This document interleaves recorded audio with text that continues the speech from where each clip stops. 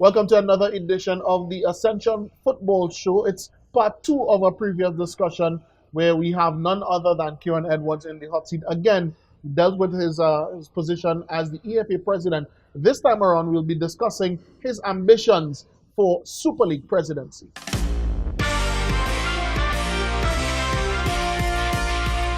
Your ambitions to go after Super League presidency, which is where our discussion. We put pen to paper, we made a manifesto, and then FIFA did extend in terms of saying if by this date, you will be sanctioned.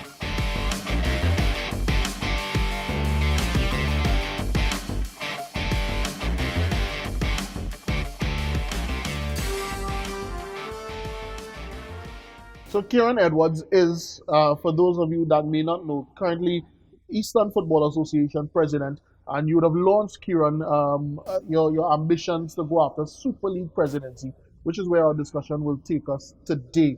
But first of all, I must say thank you again for allowing me the opportunity to speak some footballing matters here. It's a pleasure to have a discussion with you, former baller. So it's comfortable to have that discussion with you, brother. Good. Great minds think alike, as they say. But certainly, presidency of any association is not on my horizon. Why would you have gone from footballer, young footballer, to I guess a football administrator now? For me personally, it's when I really stopped playing football.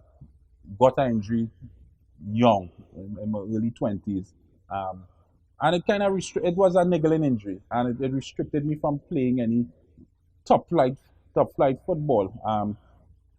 And playing with my local community team, I would have always taken a light because I would have been the captain for some years of the Malabar FC team.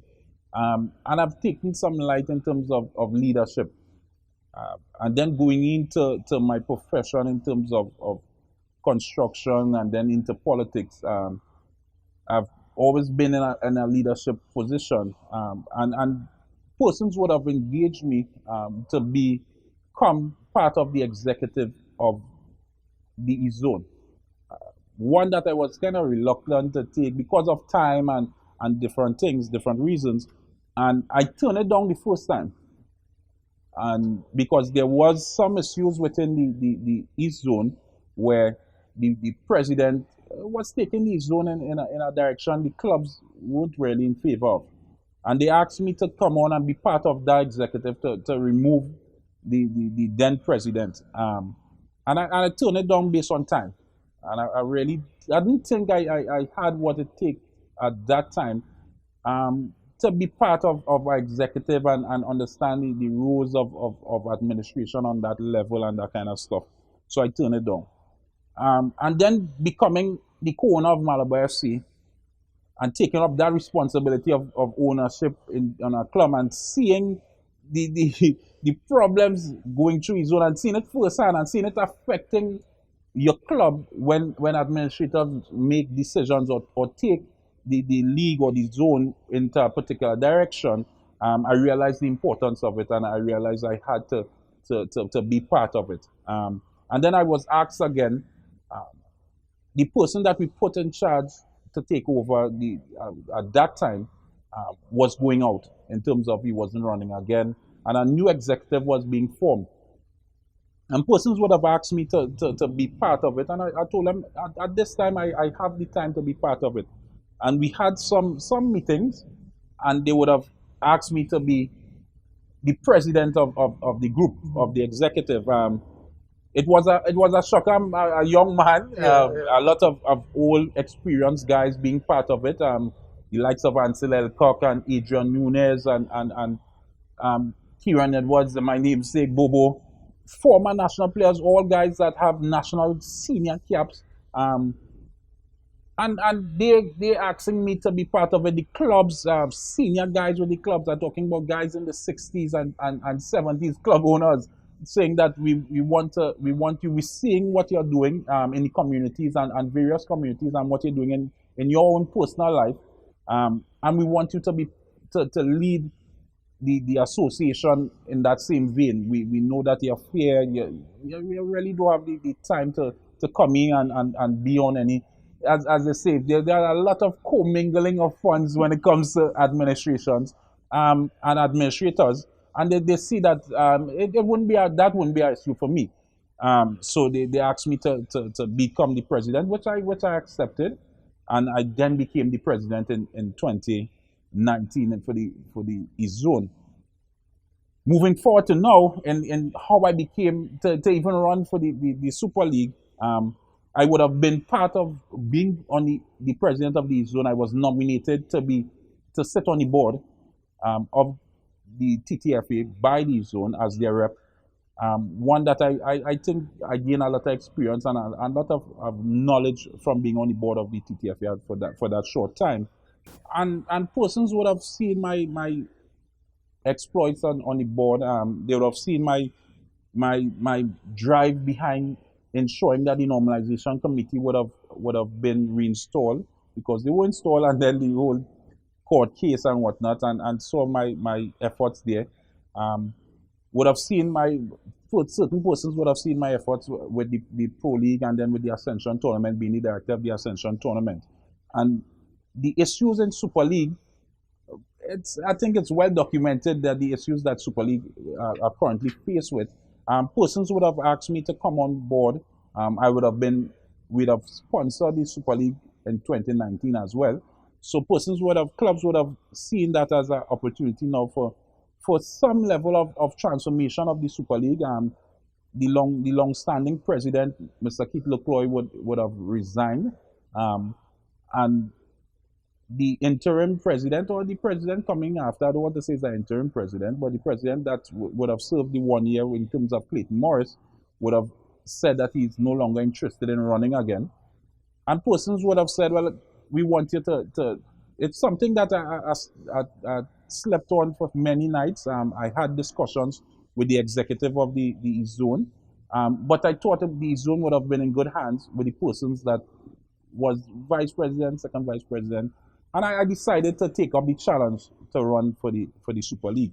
Um, it was one that I really thought would have been one to add to our next pillar. We would have we'd have had discussions in part one of this series in terms of the pillars from zonal football to semi-professional football, and I also think that there's pillars missing from the semi-professional football to professional football. And I saw the opportunity to become the president of the Super League, to guide the Super League in that direction, to really strengthen local football. And it's on that backdrop is where I really, as they say, put my hat in the ring for president of the Super League. Now, before we even get to how that eventually panned out, let's talk a little bit about the Super League itself. You mentioned that, of course, for those that may not have followed the Super League in the past, it was taken from the I guess the auspices of the TTFA, as in the TTFA would have run this competition for all intents and purposes for a number of years through a third party. And Mr. Lecloy would have been instrumental in removing that and having it so essentially privately run. That led to, some might say, a period of relative success for the Super League, 2 tiers, etc., active promotion, relegation, whatnot. The Super League, though, as it's currently intended, what is the role, or what gap does it fill in the, as you mentioned, in the general blueprint of Trinidad and Tobago football? It fills a major gap within the fabric of Trinidad football. The Super League is there to fill the gap of players not being able to play professional football, and also players that are coming up from the zonal level but not at the level, because maybe of age, because of development within their football, and maturity to play professional football.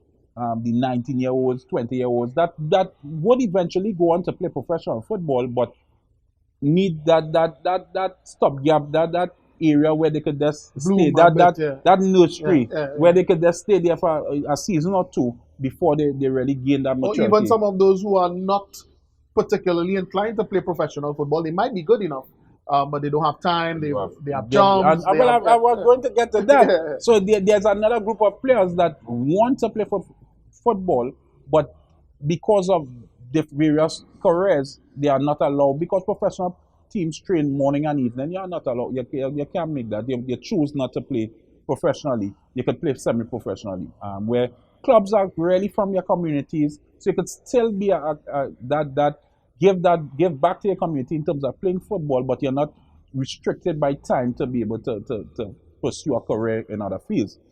So that is where the Super League is there. Um, but the most important thing for the Super League, though, is to really give a platform for young players looking to play professionally. And I saw it as an opportunity where we need to strengthen that league. As you mentioned, the league was run under the TTFA through All Sport, Mr. Afford and they, and we had challenges the Super League because Malabar FC, my club, would have played under that when that incarnation. yeah that formula, and there were some struggles. It's documented. I don't need to go into it. Then the era of Mr. Lecloy, which was actually that's where house football should be run in terms of privately, but still managed by the federation. Um, that had some success, but I don't want to say lack of foresight in terms of the direction of the league. But where the business of football is currently, the league was not really going in that direction. They were still in terms of we now charge $50,000 a club. By 20 clubs, we get $1 million. We pay referees XYZ. We pay administrative costs. We pay Prize prize money. money, and that's the league. So the clubs are really paying to run a league. That the club don't need, and those clubs do not need the Super League to run. And it became a challenge for clubs that were struggling financially because we're talking between thirty to $50,000 on any given year. A club needs to start off with. We're talking about Super League clubs coming out from the zone. So we're talking about grassroots clubs really and truly playing Super League football, struggling to find that money every year. And then it's deemed semi-professional. So you still have to get a little stipend here and there for players. If you really want to compete, you have to get quality players, you have to give them something to maneuver. Um, and that became a challenge. Now that the clubs can be given an incentive in terms of playing in the league because there's sponsorship and help clubs to grow, that was never done. And that is really where the shortfall is really was coming. And now clubs falling off. So leaving from a 21 team league, they had issues of clubs not playing, clubs not paying on time. And that is where the challenge really came with that Super League. So from there, we got to a point soon after where there was no Super League football at all, owing to the pandemic, of course. And again, persisting persisting problems throughout the pandemic would have led to Kieran Edwards deciding that he saw an opportunity or an avenue where he could be the change or the catalyst for change, at least in this league. What would have transpired in that election? Um, well, starting off, I decided to run. Um, I then sat down with various sponsors. Being part of the Ascension tournament, I would have dealings with sponsors. I expressed to these various sponsors that me being president of the Super League has nothing to do with, I would not take away as me being the director of the Ascension tournament, as the Ascension tournament is a preseason tournament. And they were comfortable with that. They then asked me, well, what is my plans for the Super League? I then put together a small slate, small team of persons that would run my running mates, as they say. And we put together a manifesto. Put together a manifesto in terms of ensuring that all registrations are paid for clubs, all referee fees are paid, all prize monies are paid, development for coaches, development for players, And then inclusion of other avenues to create revenue and within the Super League, in terms of focusing on the major revenue earner for football, which is TV rights, and ensuring that we can now get Super League going in that direction.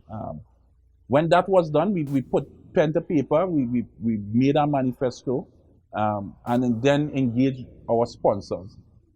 Acquired roughly a little over $1 million in terms of sponsorship for the Super League, in terms of person saying once you win, we would support that, and I think the vision is clear. The idea was to, once we have the sponsorship of the league covered, then engage government, not for money, but now to barter different goods and services, such as engage the Ministry of Communication to then air games on TTT, where they cover the production cost. Once that production cost is covered, then we will now use that production to send it regionally, where we can now acquire from a Sportsmax or a Flow to now say, all right, this is the product that we have. What would you give us for that? And then now look further than that, to look internationally, to say, all right, we have a semi-professional league here. There's content needed. The betting world is large in terms of sports, and they want various leagues, not just top flight leagues. They want semi-professional leagues, second division leagues, engaging that aspect for it to be streamed on the World Wide Web, and then engage sponsors out there, as CPL has done, where we could earn revenue out of everything to pass back to the club, because that's how the Super League is structured, as a company where all revenue earned is now divided equally amongst the clubs. Well, a percentage is put to the league, and then all the rest is divided equally amongst the clubs. So that was the plan in terms of the campaign, and we had full buy-in by corporate Trinidad in terms of the vision. We then, after getting the buy-in, we then engage the clubs, send the manifesto to every single club, engage every single club, even persons that were running on other slates against. We engaged them, had discussions with them, and explained what was the vision of me being part of the Super League and wanted to be president of the Super League. And we did that. The election came around, and then you had the situation of the clubs having the vote, and if the vote should happen, and the clubs being suspended and not being suspended. No, just before, not to cut you across, but just before you get into that, because that I think deserves some clarity in itself of how those clubs were suspended, or how we came under the understanding that they were, whether they in fact were or not. And that deserves some clarity. But we have to take a really quick break here on the Ascension Football Show. We'll be right back. The situation we have here is that these characters, and I refer to them as pests, right? What they are doing is destroying our country, but not on my watch. No street, no turf, no block shall belong to these cockroaches, right? It's no longer business as usual. Happy hour is over. If they don't fear God, at least they will fear Terminix. Have you considered how your methods could impact on pests across the country? I find we look after the rights of pests as opposed to the rights of the 1.3 million law-abiding citizens in Trinidad and Tobago. I wonder if Roach Ladden's son come here for the carnival, if you'll interview him, eh? But how could you defend one shot, one kill? What? You want me to throw a pillow at him? I didn't say that. No, well, if a roach jumps in front of you now, what will you do? Run. Oh, Jesus, Lord Father. Pests bothering you? Call Terminix at 672-5007 or 672-0042, or visit our website at terminix.co.tt for a free quote and consultation. Join our fight against pests. Get in the game with Ascension. Quality for champion. Ascension! Ascension! Premium quality and style make you stand out all the time. Ascension is quality for champion. Ascension fit is always right. Take your game to higher heights. Ascension got the quality for champion. So everybody say, we wearing Ascension when we play. To run out on the feeling style. What's the brand that we want? Ascension! Ascension! Ascension! We wearing what we wearing is Ascension. Quality for a champion. Ascension. We wearing what we wearing is Ascension. Quality for a champion.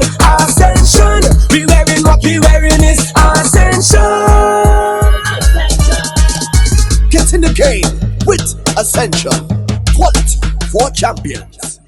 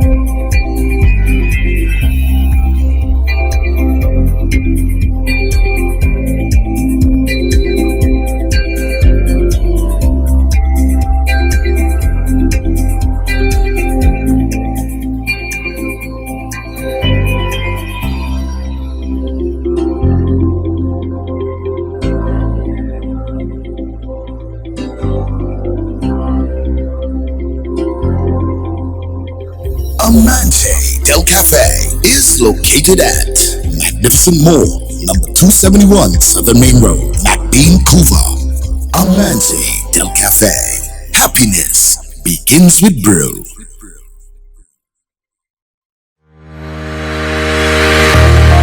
Lasso Frame Maritime Limited, the best in marina services. At our facilities, security checks ensures that all vehicles are secured. Our newly renovated bathrooms are always kept in a clean working order. Need repairs and maintenance? We have you covered. Our qualified workmen will get the job done. Boat storages,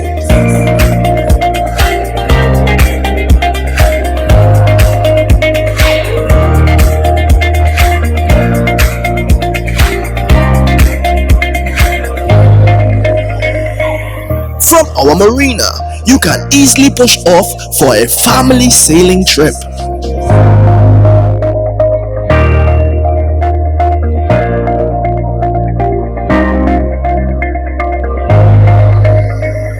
Or out fishing with the boys.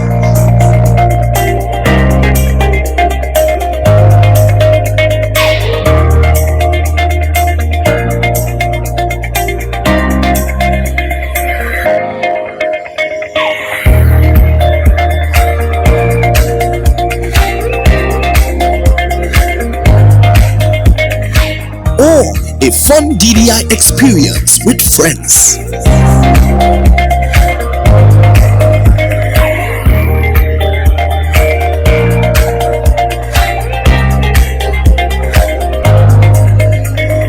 Boat repairs, secured parking, extensive camera system, boat charters, boat rentals, down the island parties.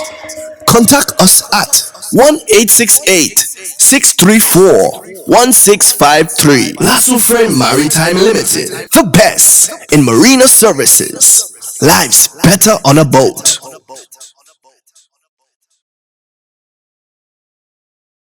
Welcome back to the Essential Football Show. We're talking with Kieran Edwards, current president of the East Zone Football Association, but he's also explained to us why he would have aspired to Super League presidency.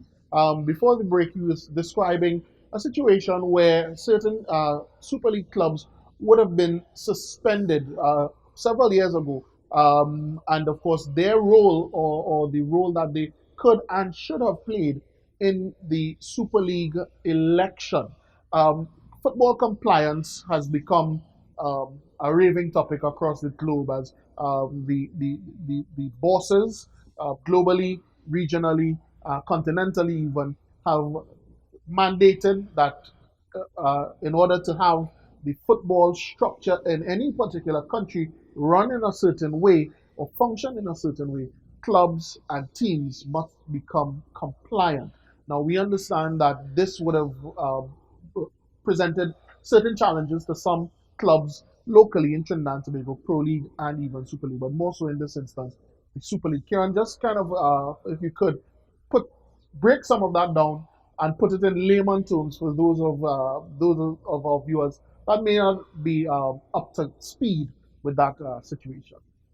So the situation of the election, the last election of the Super League, really played the clubs being suspended played a major part in terms of the outcome of the election. I truly believe, and the clubs that were deprived of voting played a major part in terms of the administration. We know we have as administrators, we have to ensure that the proper process are followed, proper processes are followed, right?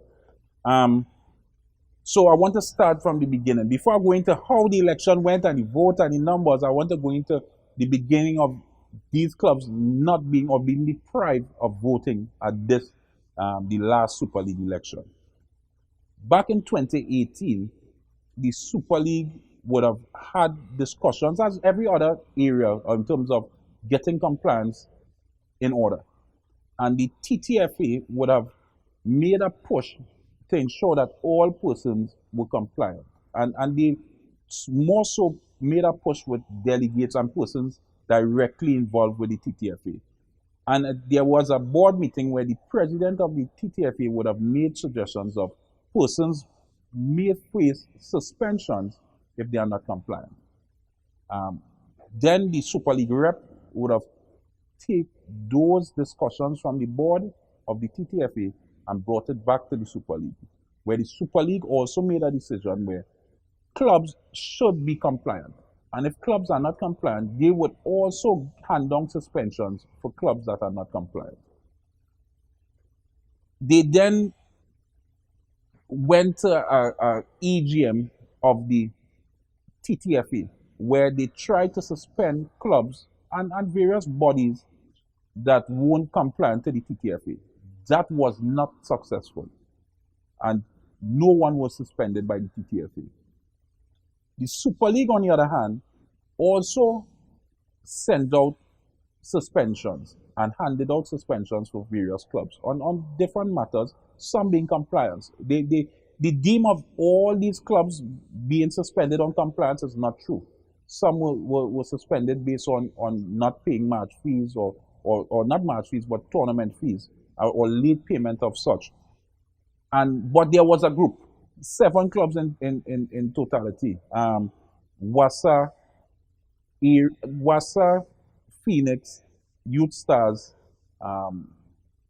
Marbella Crisis Center, Harlem Strikers, Defense Force, and the 7th is eluding me at this present moment. I'll get 500 Central 500 FC. That would have been the 7 clubs that were suspended based on these various reasons.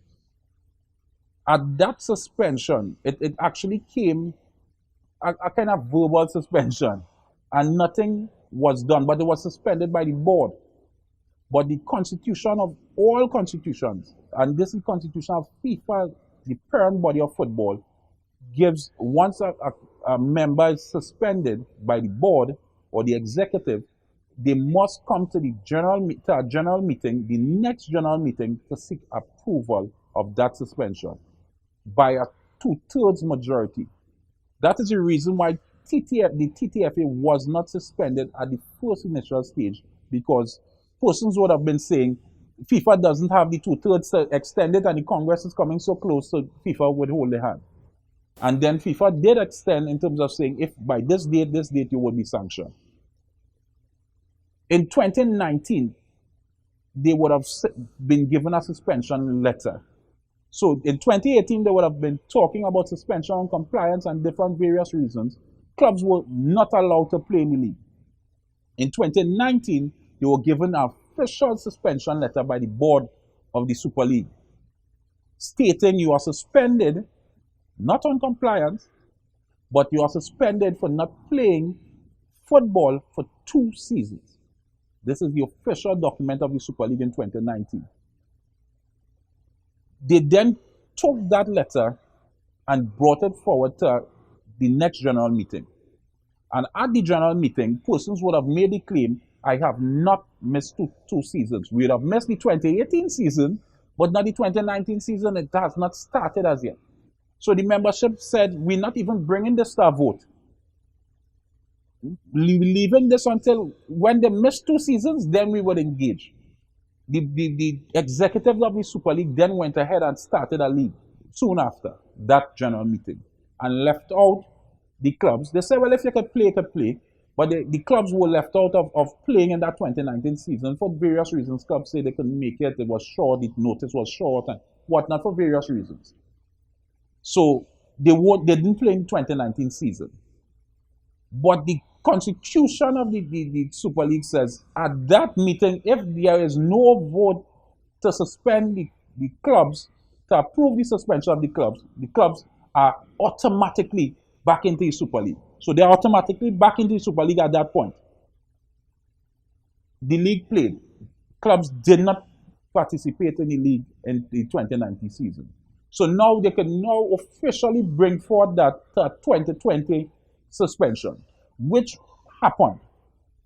They then suspended the clubs in 2020 for not participating in a league for 2 seasons. It's not an automatic suspension, but it's ground for suspension. So the board then sent for the letter for the clubs to be suspended. So they are officially suspended. This is the only time they are officially suspended. 2020. 2020. When there's no football. Pandemic has come. There was no AGM of the Super League until December 2020 when Mr. Leclerc resigned and they had an AGM to elect a new president, and also that matter came up because they are suspended. This is the first general meeting. The bylaws of the Super League says once you are suspended by the board, as I mentioned before, you are suspended by the board, It must be it ratified. must be ratified by the general meeting. If they do not acquire 2/3 majority, the clubs are automatically reinstated into the league. No questions asked. They put the motion to the membership. The membership then voted. 8 persons from the membership attended the meeting, constitution a quorum. 4 vote in favor of the club being suspended, 3 vote not in favor, 1 abstain. That is not 2/3 majority needed to continue the suspension. They then went on to say, well, we passed the vote. Although they get 50% of the vote, it's 2/3 needed. So they're saying the vote was passed, and we're now putting a clause in to say if you deal with your compliance, you remember the suspension is not playing football in 2 years. They're saying if you deal with the TTFA compliance, which was mentioned in 2018, we'll allow you to come back in. So the AGM was concluded. The clubs then said, hey, I am not suspended. You did not get 2/3 majority to enforce the suspension. The executive then said, no, you're suspended. We pass the vote and we have the vote. And the clubs are saying, no, this is not what it is. It's in black and white in the constitution. We reached the next general meeting of the membership of the TTFA, which was the AGM to elect a new executive, and at their AGM, the last held AGM. So the clubs on the agenda has minutes arising from the last AGM. So this is the only time officially the clubs can make a claim that due process was not followed. The clubs made their claim when the agenda item came. Minutes arising from the previous AGM. Business arising from the previous AGM. They made the claim of saying the vote was not passed and we should be allowed to take part in this AGM immediately. It shouldn't be put to a vote. It shouldn't be, a question shouldn't be asked. Somebody shouldn't have a favor on it. Somebody shouldn't give you a blight. There's no blight to be had. It's in the constitution in black and white. This is due process. The clubs were supposed to automatically be reinstated into the Super League AGM and be allowed to participate in every other item thereafter. So they had the discussion and Mr. Downer said, here what's going on. All they need to put it to a vote. So the clubs not suspended from the last AGM. You hear what I say? The clubs not suspended from the last AGM are going to be put a vote at this AGM to engage, if we want to engage the discussion or not. And obviously, they do not have a say in this new No, vote no, they don't have no because say. they suspended in a state of non-suspension. Is that the best way to put it? Well, it was a bit of chaos. So yes, they have no say in that vote. So Which also needs a two-thirds majority to be also need a two, because here what the motion was brought. The motion was brought to suspend the discussion of business arising, of the matter business arising, from the agenda and move that discussion with business arising from the last AGM to a later item. So item K, which is after the election, after the election for delegates to the AGM of the TTFA, and then bring it, that which was the last agenda item of the day, to bring back that business arising. The constitution is clear. Any motion to alter the agenda of an AGM, of a general meeting, must have a 2/3 majority to alter agenda item. The minute that you're taking business arising, any part there of business arising from the last AGM, you're altering the agenda of the AGM. You need a 2/3. So then they put that to a vote. 14 clubs are there to be able to vote. 8 clubs vote in favor of moving it to item K. 5 clubs vote in favor of not moving it and having it discussed now. 1 club abstain. It is not a 2/3 majority. But then the chairman of the meeting proceeds to say, what we do next. And Mr. Downer is saying, how much was the vote? 851. Right, the motion carry. You can move on. And the chairman then proceeds to go to the another agenda item. Not even trying to wrap up business arising, or even saying, well, we all time business arising out of the last AGM, and I need a 2/3 majority. They just say, well, you pass the vote, you get more than 50%, so move on. Which So is does wrong. this then lead to the remainder of agenda items being thrashed out in this particular meeting? Well, they then move to the another agenda item. So they take out the agenda item of they alter the agenda, and moved it on and just move along with the proceeding, and then they went to the voting of the election. Of the election. The election was the next item. So the clubs were immediately disenfranchised at that point. That was never supposed to be to any. At that point, the chairman of the meeting, which was the president of the Super League, should have apologized to the clubs and say, a wrong was done. I am deeply sorry for the wrong, but you can take part in this meeting going forward. At that point, when that was not done, a next wrong was done onto the clubs. So we then had the election, which the now president of the Super League, Mr. Lee Davis, won by 8 votes, acquiring more than 50% of the votes. And then they had the election of the delegates to the AGM of the TTFA, which as well the clubs did not get a part of participating. and a rightful part. We're talking about 7 clubs out of 21. We're talking a third of the Super League clubs being disenfranchised from not voting.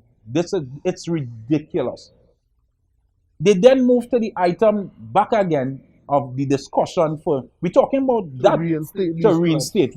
Mind you, the discussion for that are the first asking business arising out of the last AGM. The discussion was about an hour and a half long. They came back to the agenda item. How long you think it took for them to come to a decision? Let's not speculate. You were in the meeting. Less than 5 minutes. So a motion was passed to have the clubs that weren't part of the Super League for the last 2 years, to give them full membership rights back in and to make them bona fide members once again. No mention of the word suspension. The serious crime with that is, if they weren't suspended, what were they? If they weren't suspended for almost 3 years, what were they? Interesting question, and hopefully we will find an answer to that question in short order. But we have to take another quick break here on the Ascension Football Show, where when we return, Mr. Edwards will update us on the current status, perhaps not of those clubs, but definitely of his actions against what transpired in that seemingly very chaotic Super League election. Pest control is a pain, but you don't have to go it alone. If you're a business that needs someone who will fix your problems point blank, go with the brand that's tested. Go with Terminix. Born almost a century ago in Memphis, Tennessee, Terminix International's mission has been to spread its innovations across the world through its integrated pest and termite management system, reducing the infestation of pests and vermin. Our Trinidad franchise neutralizes the threat of tropical insects and ensures that companies, from food production to hospitality, protect their investment and get the maximum value from our relationship. And we've been doing it well for over 20 years. Termites and pests are relentless, but they're no match for Terminix. Contact us today for a free consultation and quote, and let's introduce you to convenience. Protect your premises today. Choose a service provider that persists. Talk to Terminix. Pests bothering you? Call Terminix at 672-5007 or 672-0042 or visit our website at terminix.co.tt for a free quote and consultation. Join our fight against pests. Get in the game with Ascension. Quality for champions. Hey, Ascension! Ascension! Premium quality and style make you stand out all the time. Ascension is quality for champions. Ascension fit is always right. Take your game to higher heights. Ascension got the quality for champions. Now everybody say, hey, oh, we wearing Ascension when we play. To run out on the field in style. What's the brand that we want? Ascension! Ascension! Ascension! We wearing what we wearing is Ascension. Quality for a champion. Ascension! We wearing what we wearing is Ascension. Get in the game with Ascension. Quality for champions. Lasso Frame Maritime Limited, the best in marina services.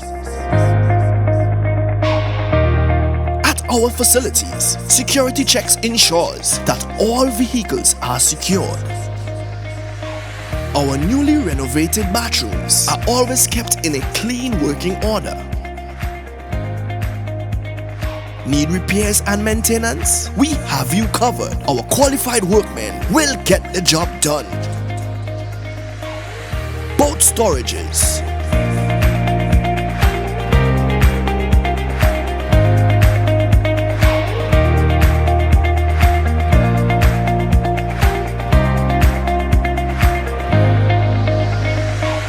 from our marina, you can easily push off for a family sailing trip.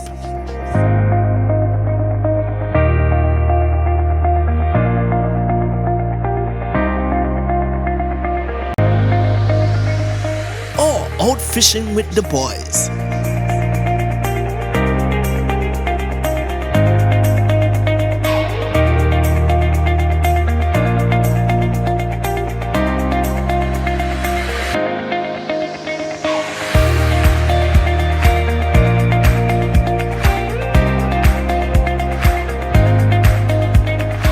Or a fun DDI experience with friends.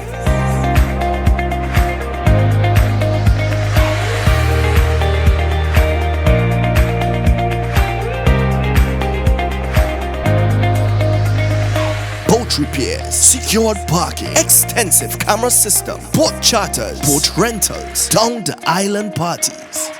Contact us at 1-868-634 1653. Lasso Frame Maritime Limited. The best in marina services. Life's better on a boat.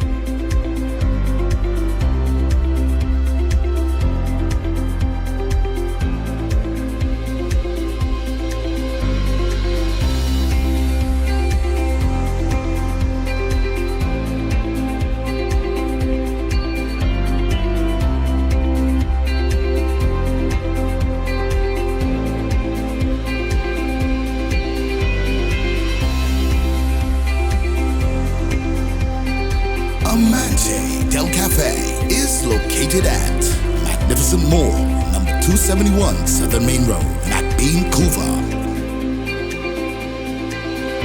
Amante Del Cafe. Happiness begins with brew. Welcome back to the Ascension Football Show. Our guest, Kieran Edwards, president of the EFA, but also a challenging member of the Super League election. He would have put himself up for election before he explained earlier in the program what he felt was obvious wrongs, not just against himself as a candidate, but definitely of some members of the Super League who were debarred from expressing their votes on various matters at that last annual general meeting. He'll tell us now, Kieran, what is the status of that? We know that the vote would have gone through to elect Mr. Lee Davis and his team to the executive of the Super League. But I understand that you yourself have lodged some sort of protest. Yes, I've launched a protest based on the wrongs, and you clear the prival of the clubs from not taking part in election. I do not know. I do not know that if the clubs were part of, because there were 3 persons within the race for presidency, that I would have won.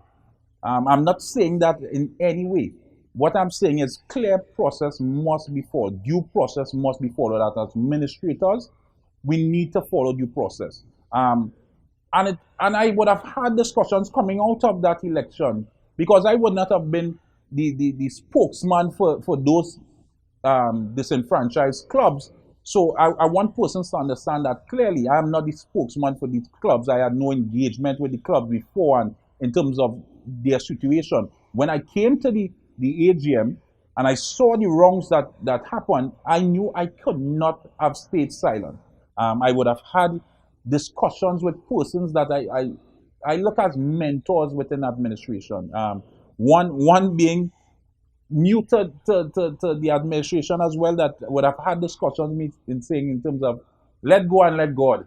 And one that I would have taken seriously for a couple days, in terms of letting it go and just leave it, let us see where it is.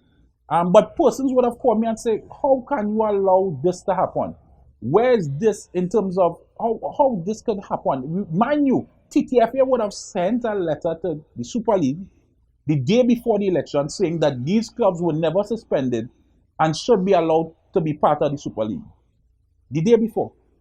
And persons were saying, well, TTFA is saying they're not suspended and they are part of the fold.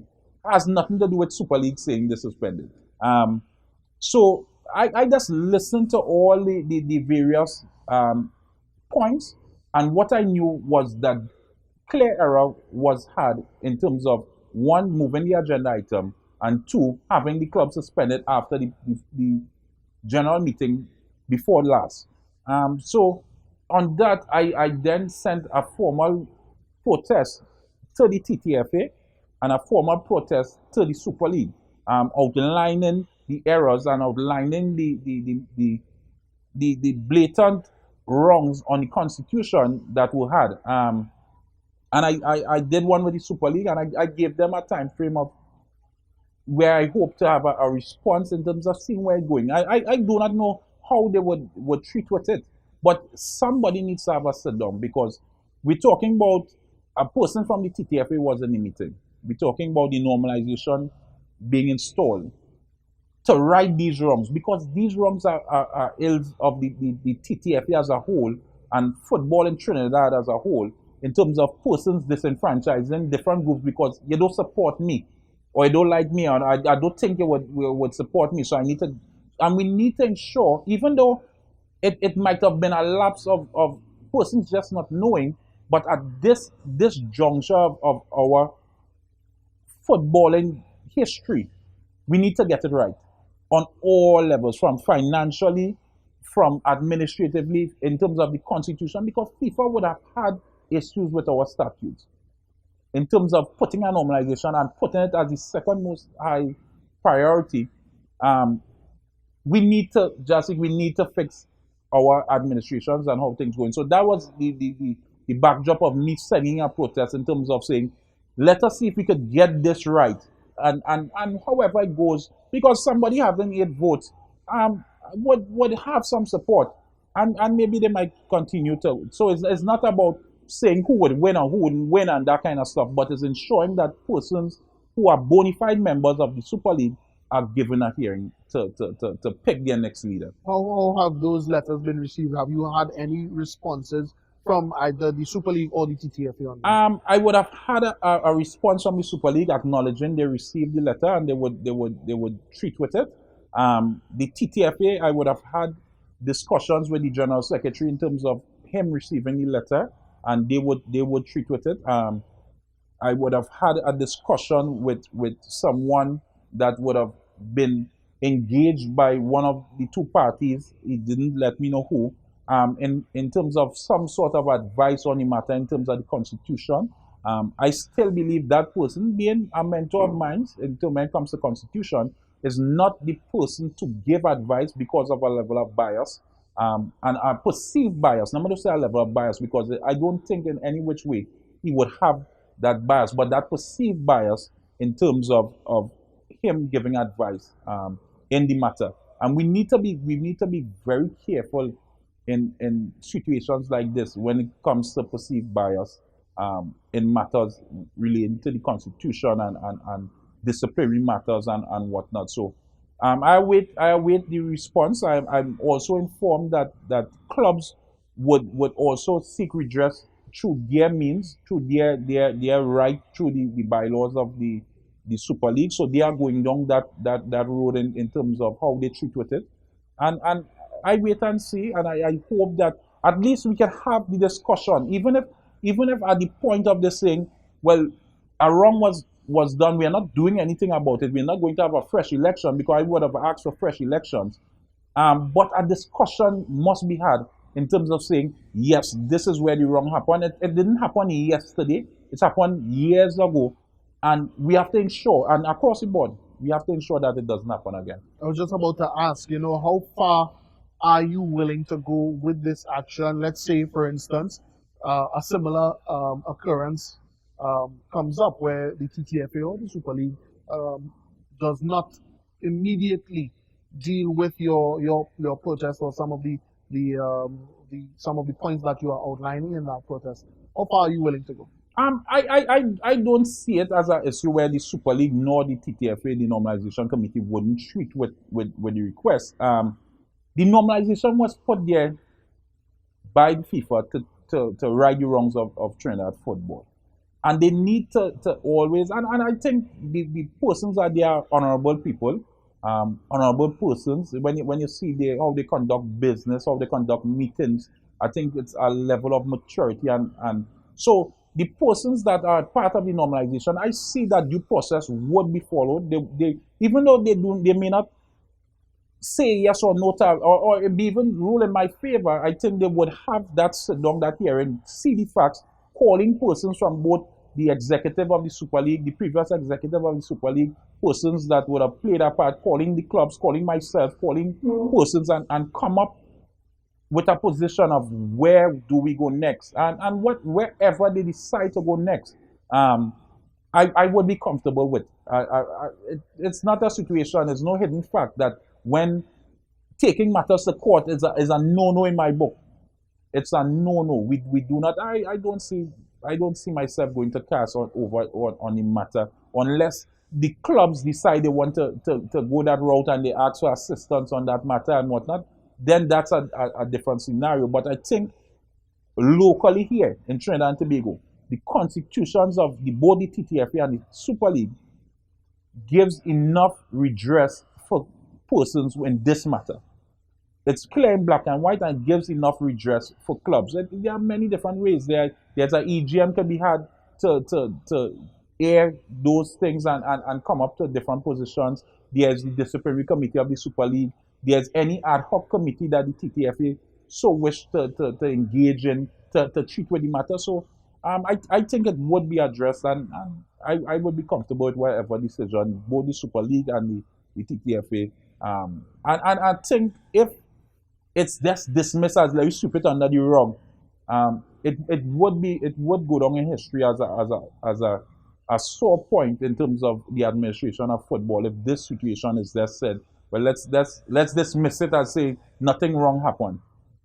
And my final question to you would be, say for instance, this does not go in your favor, or it is found that processes were in fact followed. Is the Super League presidency in your future? I'm truly interested in representing the Super League at some level. I had a club that played in the Super League. So I'm truly interested in terms of assisting the Super League at some level. And yes, it's in my future. It's not the last of that. If there's an election tomorrow, I will be part of. If that's what we're saying, if there's an election tomorrow, I'll be part of. Yes. If there's an election next 4 years, would I be part of it? At this present moment, yes, I will be part of it. I'm truly engaged. I'm excited about the possibilities of Super League football. One being close to grassroots football, but still having the clout of engaging corporate sponsors. I'm truly interested in terms of the Super League, and I'm excited about the future of where that will take me with the Super League.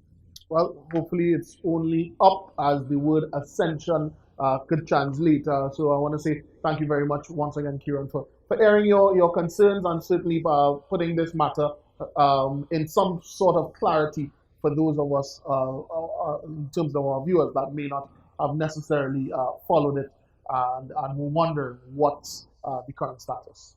Yeah, thanks for having me. I think we need to Trinidad and Tobago needs to take a greater look in terms of administration and hold persons accountable in administration. I think too much administrators have been flying under the radar doing all sorts of things, and I think we need to hold persons a little more accountable in administration. But it's a pleasure coming on set and having a say in terms of what would have transpired. All right, as they say, of course, be the change that you want to see. So on that note, we would like to say certainly again thanks to Kieran Edwards for joining us on this special edition of the Ascension Football Show, guest hosted by yours truly, Jassy Marik. Of course, you can continue to follow all of the updates regarding the Ascension Football Show via our Facebook, Instagram, and YouTube. And of course, visit the website, www.theascensionfootballtournament.com.